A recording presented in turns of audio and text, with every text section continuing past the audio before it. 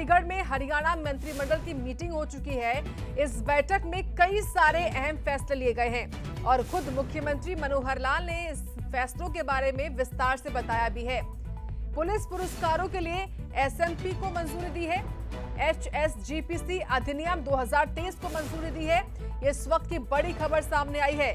मुख्यमंत्री मनोहर लाल ने आज मंत्रिमंडल की बैठक की। इस मंत्रिमंडल में कई सारे, बता दें आपको, ऐसे प्रस्ताव थे जो कि सरकार की प्राथमिकता में शामिल थे और उनको आज पास किया गया है। तो हरियाणा सचिवालय में आज कैबिनेट की मीटिंग होती है। इस मीटिंग में कई सारे प्रस्ताव जो है मुख्यमंत्री के सामने रखे जाते हैं, पेश किए जाते हैं। उसके बाद मुख्यमंत्री हर एक प्रस्ताव के बारे में मंथन करने के बाद उनको हरी झंडी भी दे देते हैं और इस बात की जानकारी खुद प्रेस कॉन्फ्रेंस के माध्यम से मुख्यमंत्री मनोहर लाल ने रखी भी है। कई सारे ऐसे फैसले हैं जो कि मुख्यमंत्री मनोहर लाल ने आज लिए हैं, चाहे वो विधवा पेंशन की इनकम सीमा हो जिसको बढ़ाया है, इसके अलावा भी कई और फैसले। एक तो एजेंडा पुलिस की ओर से प्रस्तुत किया गया कि 3 तरह के प्राइज, वैसे तो पहले से उसकी घोषणा की जा चुकी है, लेकिन विधिवत कैबिनेट में उसका फैसला किया है कि 3 तरह के जो प्राइज है, एक तो वीरता पदक और एक उत्कृष्ट अन्वेषण पदक, उत्तम सेवा पदक, जिसको मुख्यमंत्री की ओर से वीरता पदक, गृह मंत्री की ओर से उत्कृष्ट अन्वेषण पदक और डीजीपी साहब की ओर से उत्तम सेवा पदक। ये सब पदक 1 से 10 संख्या इनकी रहेगी। जितनी जितनी संख्या उस वर्ष में ऐसे जो लोग होंगे, जो कर्मचारी होंगे और अधिकारी भी होंगे, तो जिनको इस श्रेणी में एक कमेटी रिकमेंड करेगी, उनको सबको पदक दिए जाएंगे। वो 1 से लेकर 10 तक संख्या रहेगी और इनको सबको 6 महीने की उनकी सेवा का विस्तार भी दिया जाएगा, यानी सेवा की एक्सटेंशन भी उनको रिटायरमेंट के समय दी जाएगी। दूसरा जो निर्णय है, सिख गुरुद्वारा प्रबंधक समिति जो नई बनी है हरियाणा की, उनके चुनाव के नाते से आवश्यक था कि उनके जो रूल्स हैं वो बनाए जाए। तो आज जो रूल्स, उनके नियम हैं, उनको पास कर दिया है, उनको अधिनियमित किया गया है और उसके होने से अब उनकी जो वार्डबंदी है, हालांकि वो प्रोसेस में है, लेकिन वो फाइनल करने से पहले रूल चाहिए। तो वार्डबंदी फाइनल होगी, बाद में वोट्स बनेंगे, वोटर के बाद उनका इलेक्शन होगा। तो जो चुनाव उनका इलेक्शन कमिश्नर हैं जो तय हो गए हैं, वो इस काम को आगे बढ़ाएंगे। हरियाणा उद्यम रोजगार नीति 2020 के तहत जो अधिसूचित माल ढुलाई सहायता योजना में हमने उनको 25 लाख रुपए तक की माल ढुलाई की सब्सिडी, ये भी खास करके जो निर्यात करते हैं, एक्सपोर्ट में सब्सिडी दी है उनको, फ्रेट सब्सिडी। तो 25 लाख रुपए तक की इसकी सीमा ये तय की गई है। जो आज के बाद जितने उनके कॉन्ट्रैक्ट होंगे उस पर ये उनको मिलेगी। हमारी जो पेंशन है, खास करके बहनें जो विधवा हो गई, विधवा पेंशन, इसमें 2 बदलाव किए हैं। ओल्ड एज पेंशन में पहले हो चुका है, लेकिन इसमें नहीं हुआ था। एक तो उनकी परिवार, उनकी अपनी इनकम, जैसे 2 लाख से 3 लाख हमने वृद्धावस्था पेंशन में उसकी लिमिट की थी कि पहले 2 लाख थी, वो 3 लाख तक भी उनको मिलेगी। ऐसे ही इनके लिए भी अब ये 2 लाख की से बढ़ा करके 3 लाख कर दी गई है। और दूसरा एक निर्णय है कि पहले विधवा पेंशन जो मिलती थी उसको आखिर तक विधवा ही नाम कहते थे, विधवा पेंशन ही कहते थे। अब 60 साल की आयु तक तो उसका नाम विधवा पेंशन ही रहेगा। जैसे वो 60 से ऊपर हो जाएंगी, ऑटोमेटिकली उनका नाम ओल्ड एज पेंशन में चला जाएगा।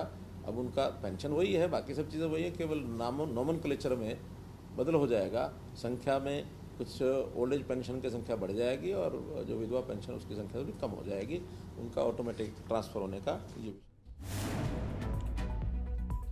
तो जानकारी देखिए मुख्यमंत्री मनोहर लाल ने दी है। इस खबर पर और अधिक जानकारी विस्तार से हम लेंगे सहयोगी रवि चंदेल से। रवि, बैठक हुई है, बैठक में कई सारे अहम फैसले लिए गए, क्या है जानकारी? कौन कौन से वो प्रस्ताव हैं जो कि आज मुख्यमंत्री मनोहर लाल ने पास कर दिए?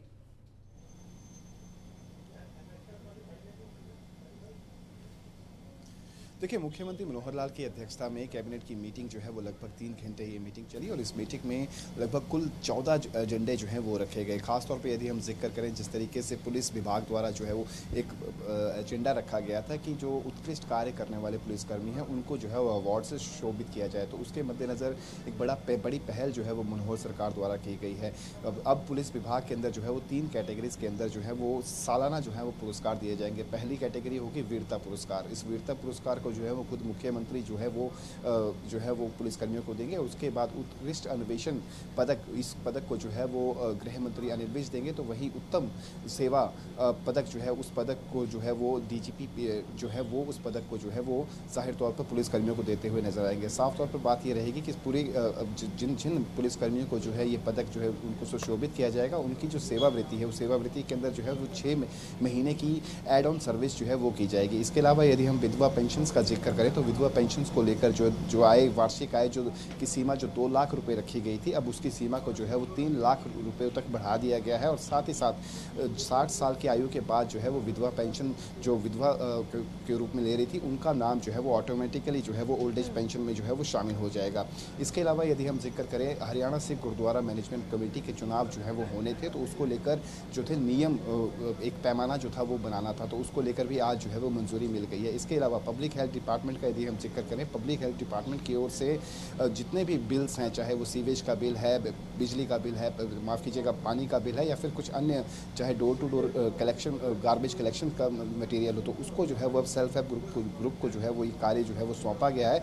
हर बिल पर जो है उन्हें 50 से 100 रुपये जो है वो मुहैया जो है वो करवाया जाएगा, ताकि सेल्फ हेल्प ग्रुप खासतौर पर जो रूरल एरिया के अंदर है वो अपने स्तर पर जो है वो इंडिपेंडेंट हो सके और अपना रेवेन्यू जो है वो भी वो जनरेट कर सके और उनकी एक आय जो है वो फिक्स की जा सके। तो उसको लेकर जो है ये तमाम फैसले जो हैं वो लिए गए हैं। जी बिल्कुल, यानी कि रवि, तमाम वो फैसले हैं जो कि खास तौर से सरकार की प्राथमिकता में शामिल थे और आज देखिए मुख्यमंत्री मनोहर लाल ने इन तमाम प्रस्तावों को पास भी कर दिया। लेकिन एक महत्वपूर्ण चीज ये भी रही इस प्रेस कॉन्फ्रेंस में रवि, जब मुख्यमंत्री से सवाल किया गया, क्योंकि आज ही हरियाणा कांग्रेस के 3 नेताओं ने प्रेस कॉन्फ्रेंस की थी, उस पर भी मुख्यमंत्री मनोहर लाल ने तंज कसा कि मेरी यही इच्छा है, सद्भावना है कि तीनों ऐसे ही प्रेस कॉन्फ्रेंस करते रहे।